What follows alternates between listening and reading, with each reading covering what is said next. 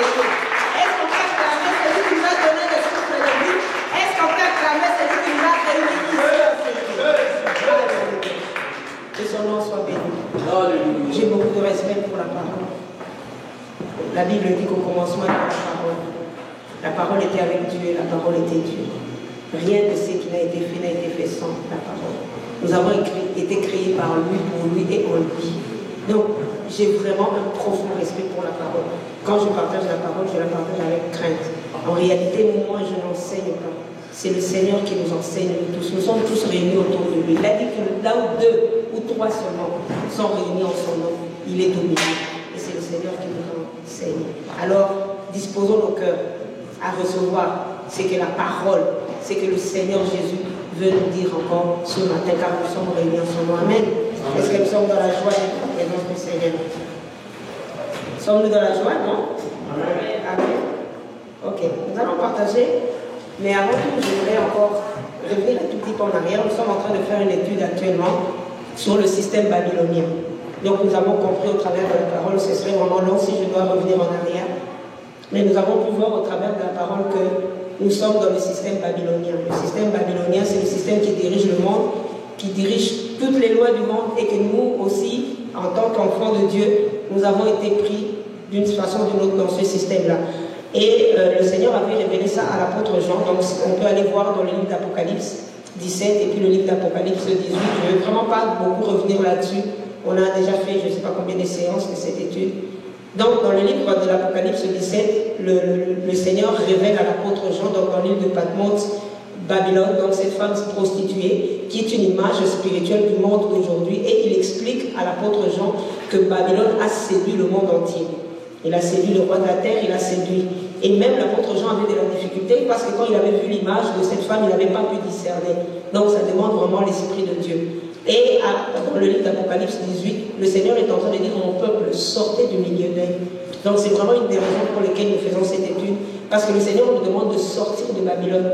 Et le Seigneur nous dit que si nous ne sortons pas de Babylone, donc toujours en accord avec le livre d'Apocalypse, chapitre 18, il nous dit si nous ne sortons pas de Babylone, nous allons participer à ces péchés et nous allons participer à ces fléaux. Donc il y aura des fléaux qui vont attaquer Babylone, qui vont anéantir Babylone. Babylone va tomber.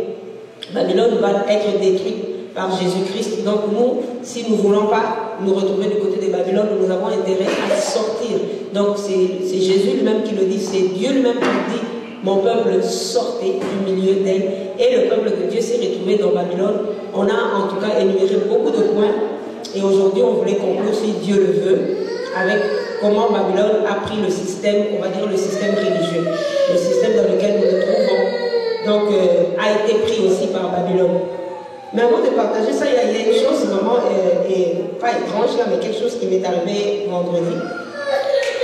Je revenais du travail et j'étais en train de penser on avait dit ça une fois, aux conférenciers. Alors, je me parlais un peu à moi-même, je me disais, les conférenciers ne sont pas des disciples de Jésus. Les gens qui vendent des discours, les gens qui vendent des prédications, pour le bien-être, qui ne parlent pas du retour de Jésus, qui ne parlent pas de la séparation avec le péché, qui parlent des principes pour notre bien-être, mais seulement sur terre, qui ne parlent pas du ciel et qui vendent leur discours. Ces conférenciers-là, on en avait beaucoup parlé la fois passée, ce ne sont pas des disciples de Jésus. Et pendant que je me disais ça à moi-même, le Seigneur m'a répondu, m'a dit que les conférenciers sont des balamites. Et j'étais vraiment intriguée. Donc ce sont les disciples de Balaam. Ils ne sont pas les disciples de Jésus, mais ils sont les disciples de Balaam. Alors sur le coup, je n'avais pas ma Bible avec moi pour étudier, mais j'étais en train de penser en partant, c'était quoi la doctrine de Balaam. Alors j'ai pensé, je ne sais pas si vous vous souvenez de cette histoire dans Nombre. Dans Nombre, on ne va vraiment pas revenir là-dessus, vous pouvez toujours aller le voir dans le livre de Nombre. Je vais vérifier, je vais juste chercher le verset, ou bien si quelqu'un peut le trouver, pour un peu parler de cette histoire. Donc Balaam, c'était un prophète ou un devin, je ne sais pas. Et à un moment donné, il y a un roi qui s'appelait Balak, qui voulait maudire les enfants d'Israël, parce qu'il avait peur des enfants d'Israël. Il avait vu comment le Seigneur avait fait des prodiges quand ils sont sortis de l'Égypte. Et cette histoire avait été répandue, et partout où il passait, il gagnait. Alors ce roi a eu peur, il a appelé ce prophète-là Balaam, et lui a demandé de maudire pour lui les enfants d'Israël, de faire des enchantements, on va dire, la sorcellerie, donc contre le peuple d'Israël, et ça n'a jamais fonctionné. Mais Balaam avait le cœur déjà vendu, parce que ce roi-là lui avait proposé beaucoup de bien pour qu'il le fasse. Donc Balaam avait la difficulté, il savait que l'Éternel ne voulait pas maudire Israël, parce que c'était écrit, on ne peut pas maudire celui que Dieu a béni. Mais Balaam était tout le temps en discussion. Il était tout le temps en discussion avec l'Éternel de ce côté-là. Et sur le coup, dans la voiture, je pensais à Balaam, donc je pensais à cette action-là. Je pensais comment il était toujours entre les deux, entre les enchantements et puis entre les seigneurs. Il était toujours partagé et je me disais que, ah oui, c'est ça, les conférenciers. Donc ils sont toujours partagés entre la parole de Dieu et entre leur pratique au fait qu'ils ne glorifient pas Dieu. Mais lorsque je suis venu vraiment étudier, je suis arrivé à la maison et que j'ai eu le temps d'étudier quand même un peu profondément, j'ai découvert encore une autre chose. On va le lire tranquillement. Nous étudions toujours le système babylonien. Nous ne sommes pas sortis de notre sujet. Mais on va lire quelque chose dans le livre d'Apocalypse.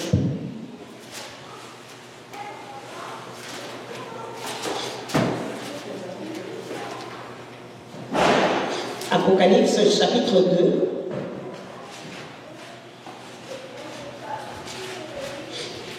On va lire à partir du verset 12. Donc Apocalypse, on a dit chapitre 2, à partir du verset 12. Le Seigneur parle, il dit, écris aussi à l'ange de l'église de Pergame, celui qui a l'épée aiguë à deux tranchants, dis ces choses. Je connais tes œuvres, où tu habites, savoir là où est le siège de Satan, et que cependant, tu retires mon nom, et que tu n'as point renoncé à ma foi, non pas même lorsque Antipas, mon fidèle martyr, a été mis à mort parmi vous, là où Satan habite. Mais j'ai quelque peu de choses contre toi. C'est que tu as là des gens qui retiennent la doctrine de Balaam, lequel enseignait Balak à mettre un scandale devant les enfants d'Israël, afin qu'ils mangeassent des choses sacrifiées aux idoles et qu'ils se livrassent à la fornication. Donc, j'ai vu ici que Balaam avait, selon ce que le Seigneur est en train de dénoncer, la doctrine de Balaam consistait à mélanger. Et ça m'a vraiment frappé fort, parce que nous sommes en train de parler du système babylonien. Nous avons pu voir, selon la parole Babylone, ça signifie la confusion par le mélange. Donc Balaam a donné une stratégie, parce qu'il avait été incapable de maudire les enfants d'Israël, parce que les enfants d'Israël n'avaient pas suscité la colère de l'Éternel. C'est pourquoi nous disons toujours, et c'est écrit dans la Bible, la malédiction sans cause n'a pas d'effet. Mais là maintenant, il veut provoquer une cause à la malédiction. Alors il conseille à Balak de mélanger les enfants d'Israël avec les Moabites. Les Moabites qui avaient des pratiques qui ne plaisaient pas à l'Éternel. Les Moabites qui étaient des idolâtres et qui mangeaient des viandes sacrifiées aux idoles et non pas à l'Éternel. Alors Balaam a conseillé à Balak de faire un mélange. Donc ils ont fait un mélange. Les enfants d'Israël ont commencé à manger des viandes sacrifiées aux idoles et les hommes ont commencé à commettre la fornication avec ces femmes-là. Donc ils se sont mélangés. Donc ils ont créé des alliances. Vous savez, on avait dit ça la fois passée, les relations sexuelles, ça crée des alliances. Donc ça créait des alliances entre ces enfants d'Israël et les Moabites. Et c'est comme ça que la colère de Dieu a pu les frapper. C'est comme ça que la malédiction a pu les atteindre. Et c'est ça, et vraiment, merci Seigneur, et j'ai compris que c'est ça le travail de Babylone. On peut aller vérifier ça rapidement dans le livre de Nombre aussi. Nombre 22, mais pour le mélange, on va aller dans Nombre 31. On va prendre le livre de Nombre ici.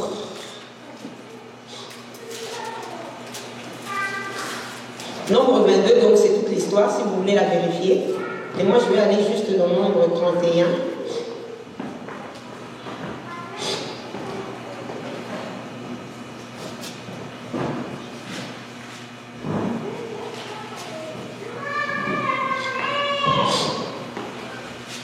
Nombre 31,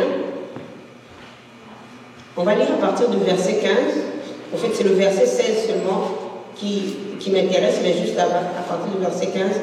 Et Moïse leur dit, n'avez-vous pas gardé en vie toutes les femmes? Voici, donc ça c'est juste pour confirmer ce que nous avons lu dans le livre d'Apocalypse.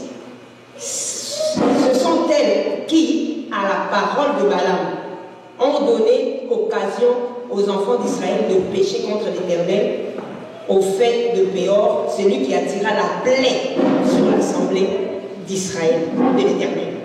Vous voyez, donc cet acte-là, donc le conseil diabolique que Balaam avait donné à Balak, donc de mélanger, ça a permis que les enfants d'Israël tombent dans l'impudicité avec les Moabites et que les plaies. Donc vous vous souvenez, on a parlé dans le livre d'Apocalypse que si nous ne sortons pas de Babylone, si nous restons mélangés avec Babylone, nous allons être frappés des fléaux. En fait, les fléaux, ce sont les plaies. C'est comme en Égypte, comme les Égyptiens ont été frappés de 10 plaies.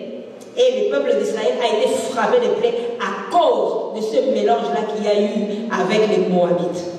Et c'est ça la doctrine de Balaam. Et j'étais vraiment frappé que le Seigneur me dise que les conférenciers, quand je disais ça, quand je parlais des conférenciers, je n'imaginais même pas la portée de leurs actes. Et le Seigneur me dit que ce sont des disciples de Balaam. Donc nous sommes dans un système où nous sommes en fait dans un système, donc le système babylonien, on va dire, ressemble. Donc Balaam était vraiment un des précurseurs, si je peux dire, du système babylonien. Donc il a donné une stratégie diabolique, il a dit créer un mélange. Et comme on avait dit la fois passée, Babylone c'est ça. Babylone c'est le mélange. L'Égypte, quand vous êtes en captivité en Égypte, vous souffrez. L'Égypte vous torture. L'Égypte tue les enfants d'Israël. Mais les enfants d'Israël sont à part. Ils souffrent, ils cherchent l'Éternel. Mais Babylone, c'est pas comme ça. Babylone, il vient, vous mélangez. Les cultures se mélangent. On commence à pratiquer les pratiques de Babylone volontairement parce qu'on est séduit. Et c'est ça. Et c'est comme ça que le peuple d'Israël et c'est la même chose qui va nous arriver parce que la Bible dit que l'ancienne alliance, les écrits de l'ancienne alliance sont l'ombre des choses à venir. C'est pour nous donner une leçon que si nous restons mélangés comme ça, comme les enfants d'Israël étaient mélangés, les plaies qui nous ont frappés vont nous frapper aussi. C'est pourquoi Dieu dit sortez du milieu d'eux, mon peuple. Sortez de Babylone. Ça veut dire sortez du mélange. On avait vraiment beaucoup parlé du mélange pendant toutes les sessions passées, si je peux dire, les enseignements passés. Mais aujourd'hui, on avait décidé de parler beaucoup du système religieux, si je peux le dire. Et même dans le système religieux, nous sommes dans cette doctrine-là de Balaam. On a déjà dénoncé les conférenciers, les gens qui font des discours, les gens qui font des prédications que Jésus n'avait pas faites. Comment atteindre ta destinée? Comment maîtriser ta galaxie? Les 7 points pour atteindre l'onction. Jésus n'a jamais prêché de cette façon. Nous avons dit au commencement était la parole était avec Dieu, la parole était Dieu. Nous revenons toujours aux Écritures. On n'a pas d'affaire à embrasser les philosophies humaines. Et les vendeurs de discours, ce sont des gens qui ont mené des philosophies humaines. Ils ne parlent pas du ciel. Nous savons que notre destinée, c'est le ciel. Nous savons, si aujourd'hui la Bible dit, sans la sanctification, personne ne verra Dieu. Si nous nous tenons devant la parole, c'est pour vivre dans la sanctification. La parole de Dieu nous sanctifie. Au fur et à mesure que nous écoutons la parole, nous lâchons ce qui est de Babylone, nous sommes sanctifiés afin de voir Dieu. Mais ce que ces gens-là enseignent, ça n'a rien à voir avec la sanctification. Ils nous enseignent des doctrines pour rester sur terre. Ils nous enseignent de rechercher des richesses à l'excès et nous écarter de la parole de Dieu. Et c'est ça le système de mélange dans lequel nous sommes. Babylone, la doctrine de Balaam. Je n'avais jamais vu les choses de cette façon. Et comme on a parlé la fois passée, on a vraiment parlé de beaucoup de pratiques, beaucoup de choses qui se font au milieu des enfants de Dieu que le Seigneur n'agrée pas. Mais aujourd'hui, on avait dit qu'on va faire, par la grâce de Dieu, je ne sais pas comment le Seigneur va diriger, on va parler un peu de l'Église. Vous savez, même le modèle même de l'Église, même quand nous disons même le mot Église, ça n'a rien à voir avec ce que le Seigneur avait dit. L'Église, on a pu le voir beaucoup ici, on en a beaucoup parlé, c'est d'abord le corps de Christ. Le temple, ce n'est pas ce bâtiment ici où nous venons. Le temple, c'est toi. Si tu es né de nouveau, tu es le temple du Saint-Esprit. Mais aujourd'hui, même la conception des choses, donc on est toujours dans Babylone. C'est Babylone qui a perverti. Les gens maintenant voient l'église comme un bâtiment. Voilà comment les gens parlent, je vais à l'église, alors que l'église, c'est toi, tu fais partie de l'église. Voilà comment les gens parlent, je vais au temple, alors que le temple, ce n'est pas un bâtiment. Nous ne sommes plus à cette époque-là où le temple, c'était un bâtiment. Maintenant, c'est toi le temple. Tu dois veiller sur le temple. Peut-être quand on dit ça, on a l'impression que c'est juste une question de langage. Non, ce n'est pas une question de langage. Ça a une portée très importante. Ça détruit la relation que l'homme a avec Dieu. Ça détruit la conception, ça détruit même l'évangile même de Jésus. D'aller penser que l'Église, c'est un bâtiment. C'est pourquoi nous voyons des perversions. Nous allons voir vraiment, nous allons constater, vous savez, beaucoup de perversions sont rentrées dans l'Église. Vous savez déjà à l'époque même de Paul, à leur époque déjà il y avait des faux docteurs. Il y avait des gens qui enseignaient déjà des fausses doctrines. Mais ça s'est corsé vraiment quand le dernier apôtre, l'apôtre Jean, est mort et qu'il y a eu comme un temps où il y avait je ne dirais pas qu'il n'y avait pas des apôtres, mais il y a certaines autres personnes qu'on appelle les pères de l'Église, mais qui ne sont pas les pères de l'Église, mais qu'on appelle comme ça, ont repris donc, on dirait, la flamme des apôtres et ils ont commencé petit à petit à rentrer des choses que les apôtres n'avaient pas prêchées. Et en partant, et surtout lorsque l'empereur Constantin, donc de Rome, est devenu soi-disant chrétien, c'est là que lui, il a récupéré la chrétienté, il a récupéré le christianisme, il a établi des dogmes, il a établi la religion catholique comme la religion universelle, et les vrais chrétiens étaient maintenant persécutés. C'est à ce moment-là que le christianisme a perdu même le visage qu'il avait quand on lit les actes des apôtres. Si vous lisez les actes des apôtres et vous regardez l'église d'aujourd'hui, ça n'a rien à voir. Et lorsque le catholicisme a pris les choses en main, a bien perverti la chrétienté, il y a quand même des gens qui se sont levés, comme des Martin Luther, des Jean Calvin, il y a beaucoup de gens, des Wesley, ils se sont levés contre ce système-là, mais malheureusement la réforme était toujours arrêtée à un certain moment. Mais nous, on a dit, on veut retourner vraiment à la parole. On va retourner pas jusqu'à Martin Luther, pas jusqu'à Calvin, mais retour vraiment à la parole. Et l'église que nous voyons a été pervertie justement. C'est un système babylonien, mais à un visage religieux. Pour parler vraiment un peu de l'église catholique, donc l'empereur Constantin, vous savez, ce système-là, ce sont les systèmes des empires. Et dans un empire, ce n'est pas seulement juste une nation. Donc l'empire romain, il y avait plusieurs nations, avec plusieurs pratiques. Lui, maintenant, comme il était l'empereur et qu'il devait régner sur tout cet empire, il devait aussi accommoder les autres nations. Donc, faire entrer certaines pratiques païennes qui n'avaient rien de chrétienne dans le christianisme, dans le catholicisme romain, on va dire parce que ce n'est pas le christianisme, dans le catholicisme romain, pour accommoder toutes ces personnes. Par exemple, la Bible n'a jamais demandé de rendre un culte à Marie. On n'a jamais dit que Marie était Dieu. Mais, comme il y avait Diane d'Éphèse, donc, dans un culte païen où on adorait une femme qui s'appelait Diane d'Éphèse, c'est rentré dans l'église catholique, mais maintenant on a maquillé ça, on a dit c'est Marie. C'est pas Marie en réalité, c'est Diane d'Éphèse.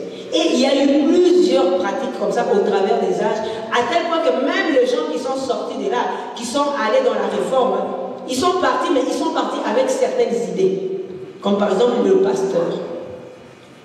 Si nous lisons les Écritures, la seule fois où on parle des pasteurs, à moins qu'on parle de Jésus, on parle berger comme mot, mais ça signifie aussi pasteur. À part, c'est quand on parle de Jésus. Quand on parle des pasteurs, je pense que c'est dans le texte d'Éphésiens où il a dit, il a donné les uns comme apôtres, docteurs, prophètes et tout, et puis pasteurs. Nous n'avons aucun exemple. Si quelqu'un a un exemple qu'il nous donne, où il y a des pasteurs. Mais comment ça se fait que le ministère aujourd'hui, on parle que des pasteurs? En réalité, ça ne vient pas de la Bible. En réalité, ça ne vient pas des pratiques apostoliques. Ça vient de l'Église catholique. Parce que l'Église catholique parlait de prêtres. C'était le prêtre. Tout le monde était autour du prêtre. Et maintenant, les réformistes ne voulaient pas utiliser le mot prêtre. Il fallait trouver un mot pour désigner ces personnes-là. Et le seul mot qu'ils avaient pu trouver dans la Bible, c'était pasteur. Et c'est comme ça que nous n'avons que des pasteurs. Et pourtant, la Bible ne nous montre aucun exemple. Je ne dis pas que ça n'existe pas, parce que Jésus a dit, il a donné, mais nous n'avons aucun exemple de pasteur. Mais aujourd'hui, le summum du ministère, c'est le ministère du pasteur. Ce n'est pas dans la Bible. Allez vérifier. Lisez toute la Nouvelle Alliance et venez me dire un pasteur. Même quand on nous a dit que Timothée était pasteur, Timothée n'a jamais été pasteur. Si vous lisez bien les Écritures, avec discernement, vous allez voir que Timothée était le compagnon de voyage de Paul. Et comme Paul était apôtre, donc envoyé de Dieu, chargé d'implanter les églises, il devait, à chaque fois qu'il implantait une église, il devait établir des anciens. Et comme il ne pouvait pas être partout, il a envoyé Timothée, il a envoyé Tite en mission et donné des directives comment établir les anciens. Mais aujourd'hui, tout le monde est autour, c'est exactement la même chose. On a changé de nom avec le prêtre. Donc c'est le système de la prêtrise. Et c'est un système qui tue. Comme on était en train de dire, la doctrine de Balaam, la doctrine, donc c'est un mélange des choses païennes. C'est un mélange, ils ont pris un mélange des choses païennes avec un peu un mélange du judaïsme. Et ils ont créé ce qu'ils ont créé. Et c'est un système qui tue même le sens de l'Église. Parce que si nous lisons les écrits de Paul, si nous lisons les enseignements de Paul, nous verrons que nous tous, nous avons reçu le Saint-Esprit. Pierre va dire, vous êtes un sacerdoce royal, une race élue. Donc nous sommes, nous tous, devant Dieu, sacrificateurs.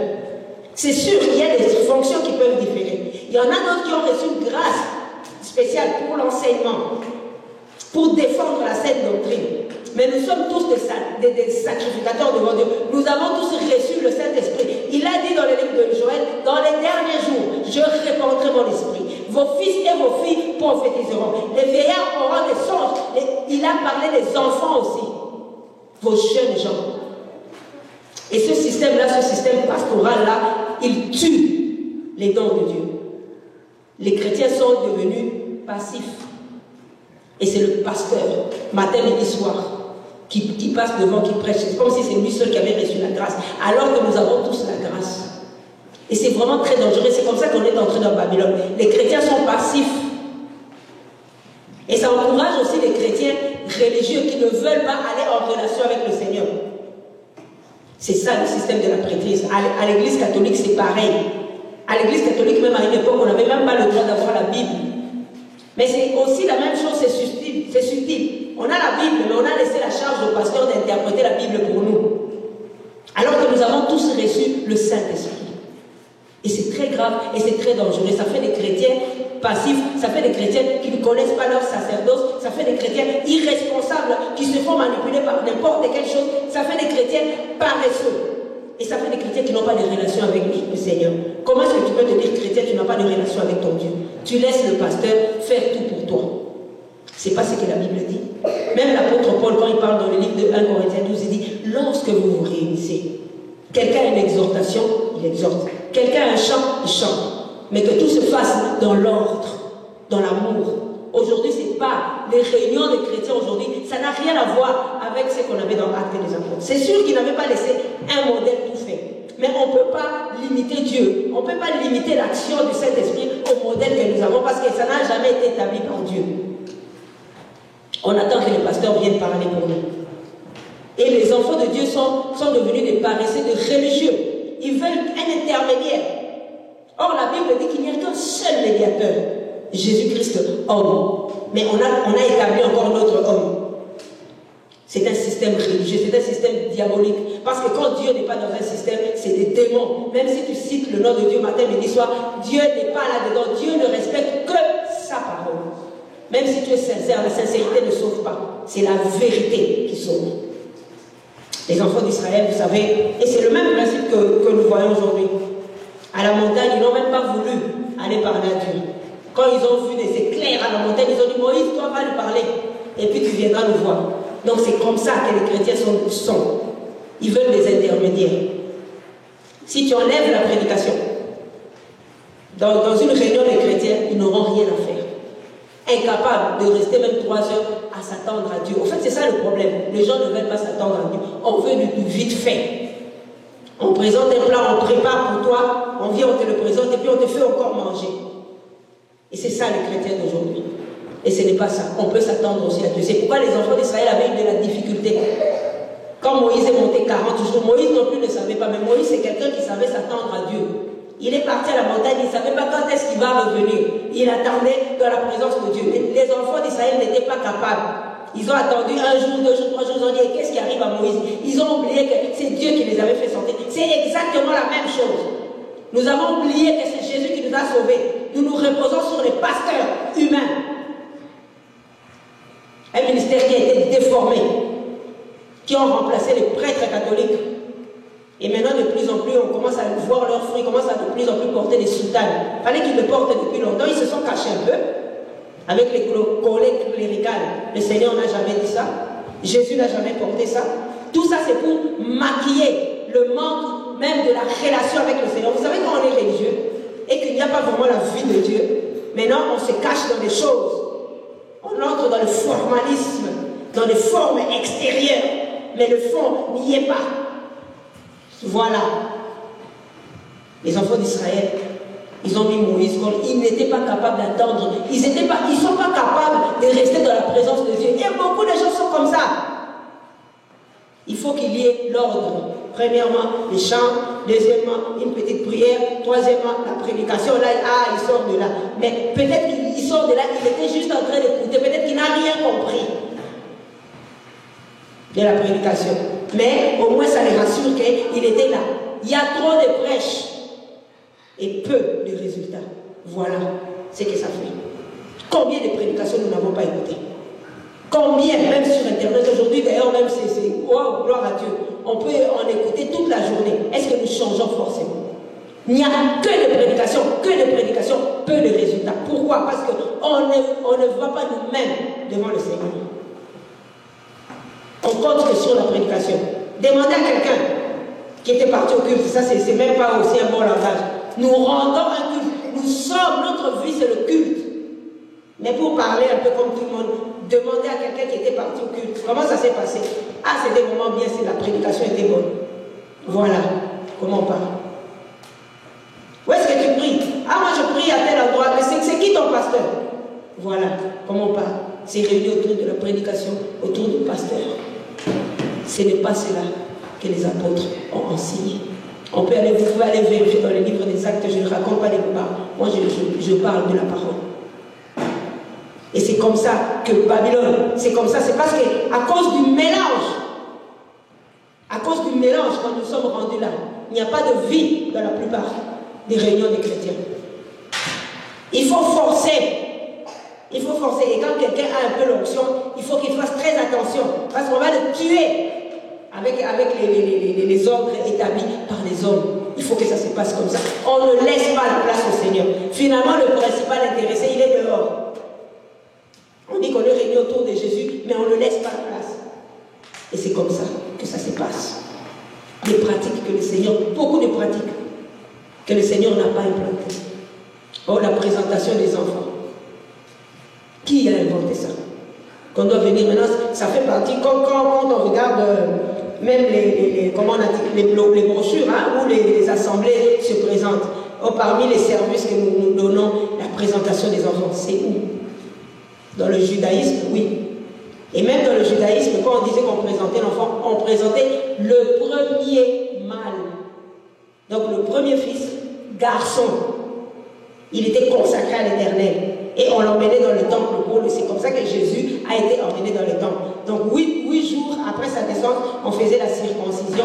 Et puis 40 jours après, la présentation. Mais nous, filles, garçons, aînés, deuxième, troisième, quatrième, présentation, jusqu'à un moment où on s'est rendu qu'il faut payer l'argent. Voilà, les Banamites. Des pratiques, comme j'étais en train de dire, c'est du mélange du judaïsme et du paganisme. Et c'est ancré. Et nous avons adopté ça. Des pratiques qui ne glorifient pas le Seigneur. Des pratiques qui tuent même l'enseignement de Jésus.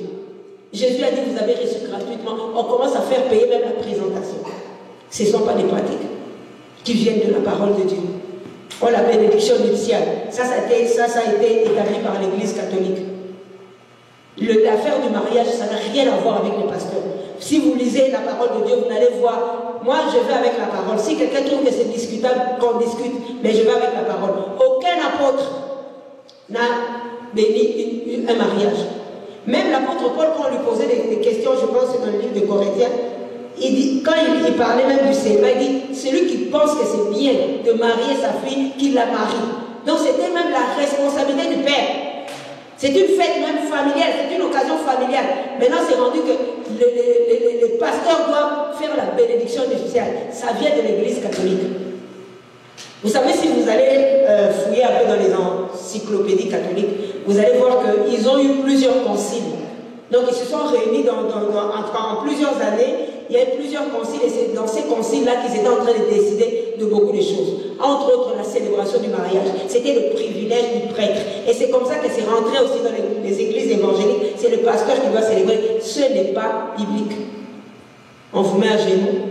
On vous dit, oh, ceux qui étaient liés dans le ciel, je ne sais pas, liés sur la terre, nous vous lions. Donc ça veut dire qu'ils ont le pouvoir de vous lier, de vous délier. C'est grave. Alors que la Bible dit que l'homme ne sait pas point, c'est que l'homme que Dieu a joint. Donc c'est Dieu qui joint un homme et une femme. Mais quand vous déclarez des choses comme ça, nous vous lions, donc ça veut dire que vous pouvez nous délier. Et c'est pourquoi ça délie beaucoup de mariages dans les assemblées. Parce qu'on n'est pas dans la parole. C'est très dangereux. Le Seigneur a dit, ce n'est pas juste parler pour parler. Le Seigneur a dit, sortez de Babylone, mon peuple. Sinon, vous allez périr. Et quand on est dans ces pratiques-là, et qu'on dit qu'on est chrétien, et qu'on ne lit pas la Bible pour discerner que ça ne va pas avec la parole, on est en danger. Il a dit dans le livre d'Osée, mon peuple périt, faute de connaissance. Donc, on doit dire, Seigneur, j'étais dans l'ignorance, je ne savais pas, mais tu péris. L'ignorance ne sauve pas non plus. Le Seigneur peut faire grâce. Nous tous, on était dans ces systèmes-là. Quand je dis ça, ce n'est pas que j'ai jamais été dans ces systèmes. J'étais là à fond. J'ai dû d'ailleurs même me repentir d'avoir permis à un homme de présenter mes enfants qui m'imposent les mains pour le mariage. Je me suis repenti de ces pratiques-là. C'est comme présenter, quand on dit de donner une offrande à l'Éternel. L'offrande, on la présente à l'Éternel, pas à un homme. C'est mettre un homme à la place de Dieu. Et c'est ça qui attire la colère de Dieu. C'est ça le fléau de Babylone. Élever un homme à la place de Dieu. C'est pourquoi on dit dans le livre d'Apocalypse 13, l'Antéchrist, quand il va venir, son chiffre c'est 666, un chiffre d'homme. Donc c'est l'homme du péché, l'homme qui se met à la place de Dieu, l'homme qui veut être adoré à la place de Dieu. Et nous sommes déjà dans son système d'adorer les hommes. Et l'Antéchrist, quand il va venir, ça sera facile pour beaucoup de gens. Il faut qu'on fasse très attention. C'est ça le mélange dans lequel nous sommes. On a parlé beaucoup des mélanges, même des fêtes. L'Église catholique. Et nous, les évangéliques, on dit qu'on est dans la vérité. On est entrés dans ce système. On attend Noël pour fêter Noël. On a assez parlé de ça, j'ai fait des vidéos, mais nous savons tous que c'est d'origine païenne. Même la façon dont ils calculent la Pâque, nous savons que c'est d'origine païenne. Mais nous sommes là-dedans, même si nous ne le fêtons pas comme eux le fêtent, mais nous sommes là-dedans. L'ordre des cultes, nous sommes là-dedans. La dîme, n'en parlons pas. Vous savez, la dîme, c'était une pratique de l'ancienne alliance qui a été récupérée après par l'Église catholique, par les premiers réformateurs qui sont sortis. Et les chrétiens qui ont repris cette pratique-là, ils ont repris, en fait, ils ont hérité ça de l'Église catholique, mais pour justifier ça, ils sont retournés dans l'ancienne alliance. Et nous le pratiquons. On impose aux gens la dîme. Ça aussi, on en a vraiment beaucoup parlé. C'est juste, vraiment, je suis en train de survoler pour dire comment ce système de mélange affecte les enfants de Dieu. Et le Seigneur dit, sortez. Nous sommes affectés par ce système de mélange. Donc un peu de judaïsme, un peu de paganisme, et puis on le mélange à la sauce, je ne sais pas de quel christianisme, et puis on présente ça aux enfants de Dieu. Et nous, sans discerner les Écritures, et nous, sans chercher, c'est ça les conséquences. Rester là devant, et puis tout gommer. Une seule personne parle du 1er au 31, c'est pas ce que la Bible dit. Même l'apôtre Paul n'allait pas faire des prêches partout. Vous imaginez toutes les églises qu'il a implantées? Ici, nous avons les écrits de l'apôtre Paul, c'était des écrits sporadiques, c'était des enseignements sporadiques, c'était par rapport à des situations. Donc quand il y a une situation qui se présentait, par exemple, en Galatie, il écrivait une épître aux Galates selon cette situation. Quand il y a eu des problèmes en Thessalonique, et au fur et à mesure. Mais ce n'était pas que l'apôtre Paul était partout, il prêchait du matin, je ne sais pas, du lundi au dimanche, ou du 1er au 31, ce n'était pas comme ça que ça se passait. Les chrétiens avaient la responsabilité de se réunir et de partager. Les rencontres des chrétiens, c'était des partages. Même un enfant pouvait poser une question. Comme l'apôtre Paul dit, dans l'ordre, dans le respect. On pouvait poser des questions aujourd'hui. Même les prédicateurs aujourd'hui, ils n'apprécient pas les questions. Parce qu'il a préparé sa prêche à la maison. Ce n'est pas le Saint-Esprit, il a préparé l'introduction, le développement et la conclusion. Maintenant, si tu poses une question, tu vas perturber son ordre. Il ne saura pas répondre, il sera perdu. Donc, ce n'est même pas le Saint-Esprit. Donc, ils ne veulent pas.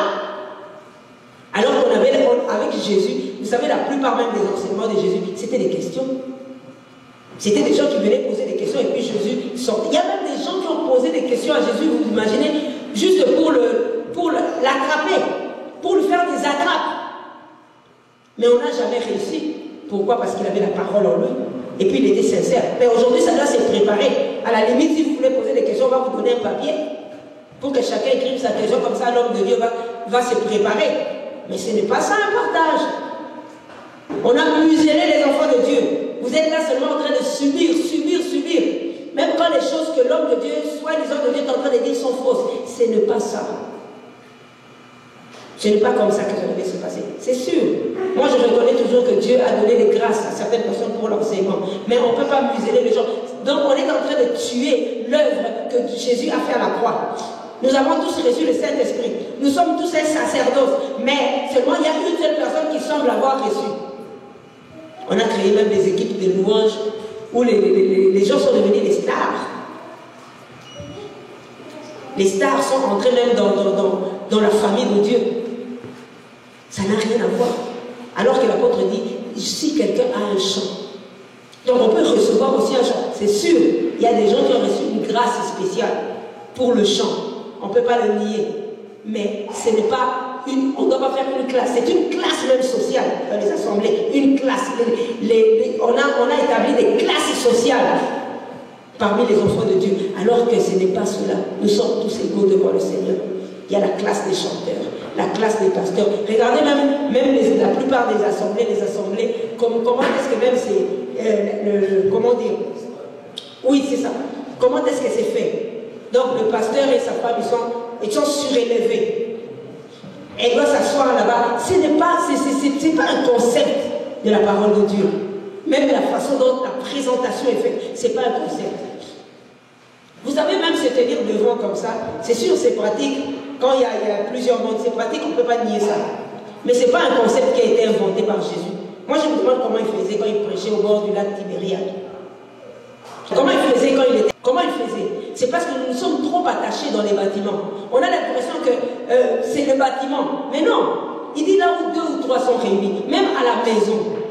Vous êtes même quand vous réunissez à la maison pour prier, c'est l'église du Seigneur. Mais on a trop attaché l'importance au bâtiment, on a trop attaché à la forme. Et c'est ça, Babylone. Babylone est venue pervertir notre conception. On commence à réfléchir, on commence à voir les choses selon les bâtiments, selon les formes des choses. On est retourné, on est devenu même pire que le judaïsme. Et c'est très grave. C'est pas comme ça que cela se passe. Vous savez, même Jésus, quand je parle même des attrapes, les gens venaient lui poser des questions pour lui faire des attrapes. Les gens même des fois voulaient même discuter seulement pour discuter, comme quand je pense à la femme samaritaine. Elle voulait juste discuter. Jésus n'avait pas pour prêcher, il faut porter un costume, il faut mettre un collet. Non, ce n'est pas ça. Et les gens qui s'attachent à ces choses, c'est parce qu'il n'y a pas la vie. Jésus est parti, il est parti, s'est assis au bord d'un puits. Les disciples, donc, il avait faim. Les disciples sont allés chercher à la maison la nourriture. Ils sont partis chercher la nourriture. Il est resté là juste comme ça, au bord d'un puits. Et puis il y a une femme qui vient. Elle vient puiser de l'eau. La conversation commence là. La femme commence la discussion et l'enseignement commence là. Et il dit à la femme, ça ne sera plus ni sur cette montagne, ni sur Jérusalem. Ce n'est pas une affaire des temples. Ce n'est pas une affaire des bâtiments. C'est l'esprit. Mais aujourd'hui, c'est les bâtiments. Et ça fait beaucoup de dégâts. Regardez un peu les sommes. Vous savez, aux États-Unis, comme juste pour parler des États-Unis, c'est des millions de dollars qui sont investis juste dans des bâtiments. Des bâtiments que Jésus n'a pas demandé de construire. Des bâtiments qui ne vont pas partir à l'enlèvement. Mais entre-temps, combien de pauvres périssent? Entre-temps, combien de veuves périssent? Entre-temps, combien de chrétiens souffrent? Entre-temps, combien de chrétiens n'ont même pas de Bible? Parce que la Bible maintenant, elle est vendue. La parole du Seigneur est vendue. Mais on investit des millions dans des bâtiments. Moi, quand j'ai compris ces choses, j'ai dit jamais de ma vie, je vais me casser la tête pour un bâtiment. S'il n'y a pas de bâtiment, je reste chez moi, je prie. Mais casser la tête alors que je ne suis pas incapable d'aider mes frères chrétiens. Ce n'est pas comme ça que les chrétiens ont ont fonctionné. La Bible parle de Joseph, qu'on a appelé plus tard Barnabas. Il a vendu son île pour le degré de l'évangile. Mais aujourd'hui, on se glorifie des bâtiments. J'ai une grande église. Vous allez les voir sur les estrades, dans les méga churches. Donc, on paye des milliers, des millions, juste pour avoir son confort. On oublie les frères qui sont dans les besoins. C'est pas ça le message de Jésus. C'est pas ça le message de Jésus. Voilà comment la religion vient tuer le message. Vous savez, il n'avait pas besoin, il pouvait aussi continuer à persécuter les chrétiens. Mais persécuter, c'est un peu trop fort. Vous savez, quelqu'un plus on le persécute, si la personne est vraiment dans sa conviction, vous savez, la plupart des chrétiens qui sont persécutés, ils sont vraiment bien ancrés dans la foi. Ça les permet vraiment de rester encore dans la foi. Donc ça ne marche pas trop. Ça va marcher peut-être à un certain moment, mais ça ne marche pas trop. Mais le mélange, ça marche très bien. Pour bien tuer vraiment la foi chrétienne, il fallait mélanger avec ces choses-là.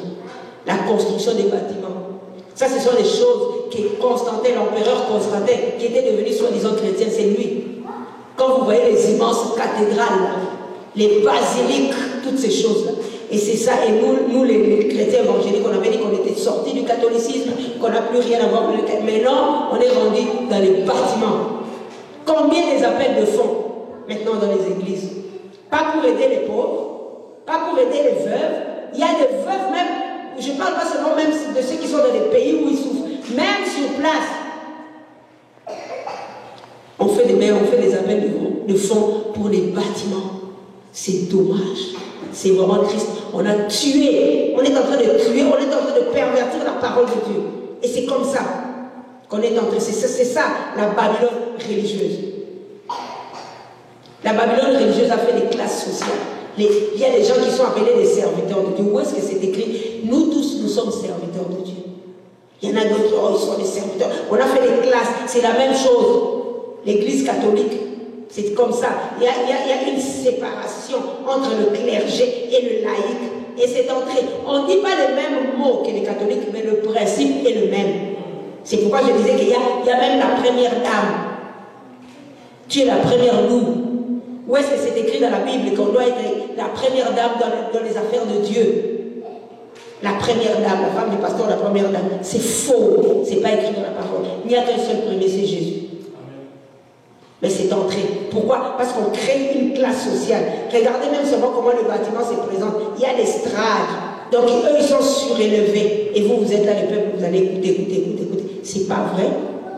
Même la personne qui prêche doit s'asseoir et apprendre. Doit écouter. On doit s'écouter les uns. Si on est des vrais chrétiens, je ne parle pas de communion de n'importe quoi. Des vrais chrétiens, c'est le partage. Mais on a créé des classes sociales comme ça. Ça a commencé dans le concile. Le concile, je pense à des conciles que j'avais lu, le concile de Nicée, où on avait décidé que même les diacres, je ne sais pas si oui, les diacres ne pouvaient pas s'asseoir au même endroit que les évêques. Donc des choses comme ça. Ce sont des choses qui viennent vraiment du catholicisme romain. Et c'est ça. On est sorti de là, mais on dit qu'on est sorti de là, mais on est en plein temps. Donc c'est la religion, c'est Babylone, c'est ce mélange-là qui est en train de tuer la vie chrétienne. Parce qu'on est dans les pratiques que le Seigneur n'a pas laissées. On est dans les pratiques que les apôtres n'ont pas laissées. L'apôtre Paul est en train de dire que donc l'Église marche selon les fondements des apôtres et des prophètes. Les prophètes n'ont pas fonctionné comme ça, les apôtres n'ont pas fonctionné. Nous, pourquoi nous fonctionnons comme ça? Nous ne réfléchissons même pas. Oh, la Sainte Seine, un petit morceau de pain. C'est écrit où? La Bible est en train de parler du repas du Seigneur. La Sainte Seine, vous êtes dans une salle de 300 personnes. Comment vous pouvez dire que vous communiez? 300 personnes, vous ne vous connaissez même pas. Là-dedans, il y a tout. Il y a des sorciers, il y a des aventuriers, il y a de tout, des faux frères. Et puis on partage un petit morceau, on dit, ça n'a rien à voir. Et tout ça, ça vient encore du catholicisme romain. Parce qu'eux ne voulaient pas faire la Sainte Seine, ils ont fait l'hostie. Le truc rond là, une fois même on le met, comment on appelle ça, ostentatoire. Vous voyez ça? Ça représente le Dieu soleil. Et puis nous on est là aussi là-dedans. On a remplacé juste, on n'a pas voulu faire la forme ronde, on a coupé les petits morceaux. Suivez dans la Bible, il n'y a jamais eu ces histoires des petits morceaux de pain. C'était vraiment un vrai repas. Ça se partage entre frères. Et c'est vraiment terrible.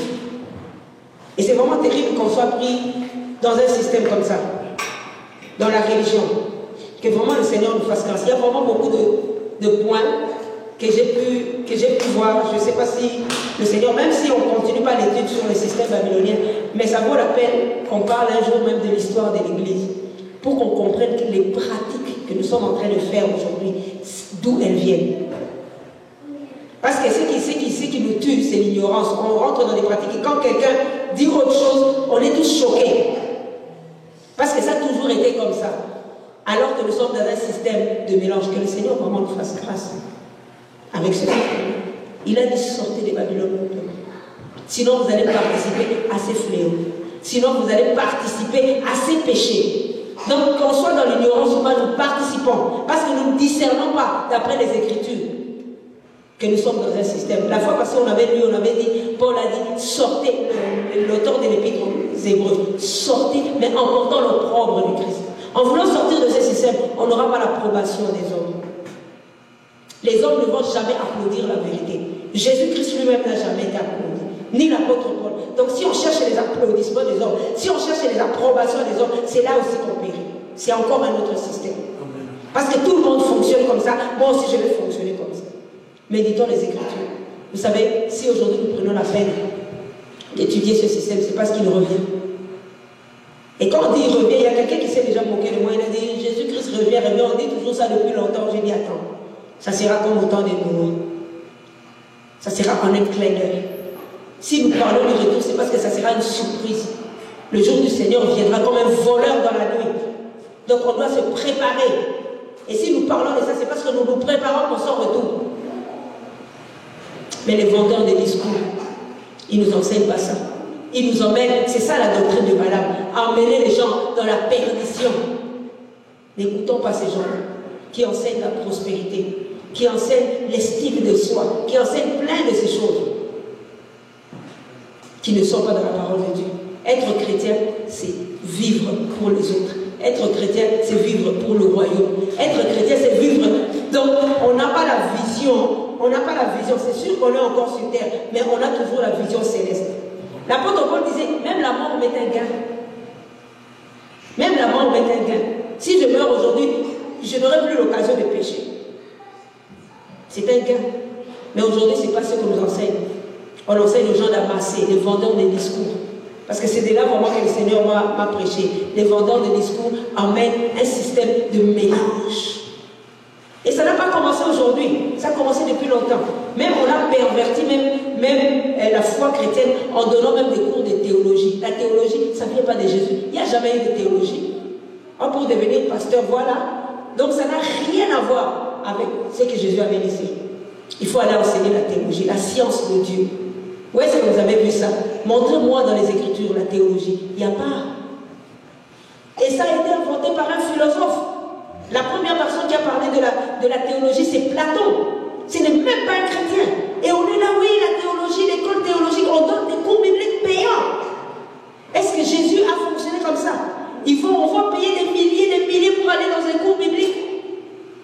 Et puis on trouve ça normal alors que ce n'est pas dans la parole. Les gens font des enseignements et on trouve ça normal alors que ce n'est pas dans la parole. Les enfants de Dieu, quand est-ce qu'on va ouvrir les yeux? Quand est-ce qu'on va discerner que nous sommes dans Babylone? Avec des pratiques que le Seigneur n'a pas laissées. Quand est-ce que nous allons prendre la responsabilité d'ouvrir nos Bibles et de demander au Saint-Esprit de nous enseigner? Des années en train de gommer n'importe quoi. À un moment donné, si on a vraiment l'Esprit de Dieu, on doit se réveiller et ne plus rester dans ces pratiques-là. Que le Seigneur nous fasse grâce. Que le Seigneur ait pitié de nous. Chaque jour, je demande maintenant au Seigneur, ouvre les yeux et montre-nous. Parce que c'est un système de nous l'avons trouvé. Il y a beaucoup de choses quand ça a été fait, nous n'étions même pas là, nous n'existions même pas. Mais ça ne veut pas dire parce que tu as trouvé quelque chose que tu dois t'accommoder. Sinon Jésus serait venu et puis il serait entré dans le système des pharisiens. Il a trouvé plein de choses. Cette femme-là lui avait dit, notre père, toi, tu veux dire que tu es plus que notre père Jacob? Mais Jésus a répondu à un moment donné aux pharisiens, avant qu'Abraham, vous dites qu'Abraham c'est votre père, mais avant qu'Abraham ne fût, je suis.